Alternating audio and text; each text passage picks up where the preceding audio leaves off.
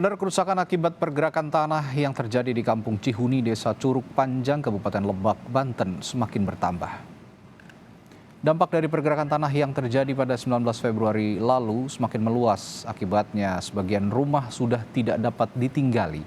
Ada 38 rumah rusak, 6 diantaranya rusak berat dan 1 rumah roboh. 3 fasilitas umum rusak dan 1 jalan raya amblas. Salah seorang warga mengatakan saat ini retakan tanah di rumahnya semakin membesar sehingga setiap hari dihantui ketakutan jika berada di dalam rumah. Warga Kampung Cihuni, Desa Curug Panjang, Kecamatan Cikulur, Kabupaten Lebak, Banten mengungsi karena pergerakan tanah semakin meluas dan mengkhawatirkan. Warga memilih mengungsi untuk menghindari korban jiwa. Ada 38 rumah dan 3 fasilitas umum mengalami kerusakan dampak pergerakan tanah di Kampung Cihuni. Untuk informasi terkini, kita tanyakan jurnalis Kompas TV Deden Kurniawan dari Lebak, Banten. Deden, bagaimana kondisi terkini terkait pergerakan tanah dan apakah warga masih mengungsi di sana? Ya, baik. Tadi dan juga pemirsa, sampai dengan siang ini pergerakan tanah di Kampung Cihuni, Desa Curug Panjang, Kecamatan Turun, Kabupaten Lebak masih terus terjadi dikarenakan intensitas hujan yang masih cukup tinggi di wilayah Kabupaten Lebak, sehingga membuat 22 warga sebanyak 70 jiwa mengungsi di tenda-tenda darurat yang telah disiapkan oleh pihak pemerintah daerah Kabupaten Lebak. Ready? Ya, masih mengungsi artinya mereka masih khawatir ada pergerakan tanah susulan yang terjadi sehingga membahayakan mereka. Namun, apakah pemerintah saat ini sudah turun tangan untuk menangani masalah ini, Deden?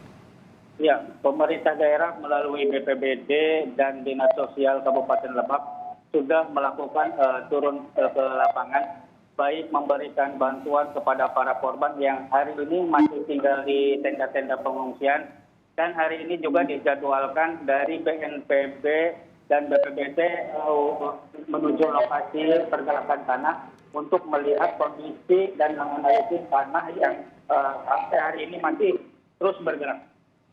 Ada kemungkinan banyak para korban ini akan dilakukan relokasi lantaran rumah yang sekarang ini sudah tidak bisa ditempati lagi oleh warga. Tadi. Ya, sudah ada inventarisasi dari pemerintah berapa rumah yang akan direlokasi karena kabarnya rumah-rumah ini berada di bantaran kali atau di pesisir sungai begitu. Ya, untuk rumah dari hari Sabtu sampai dengan sekarang ada sebanyak 38 rumah yang memang rusak dan sudah tidak bisa ditempati, baik yang rusak berat maupun rusak ringan. Namun demikian warga masih dihantui oleh rasa takut lantaran hujan yang masih terus turun membuat tanah terus bergerak. Sementara data yang sampai hari ini masih 38 rumah yang akan dilakukan rencananya direlokasi. Ya, tentunya relokasi ke tempat yang lebih aman, yang tanahnya lebih stabil dan terhindar dari pergerakan tanah yang cukup membahayakan warga.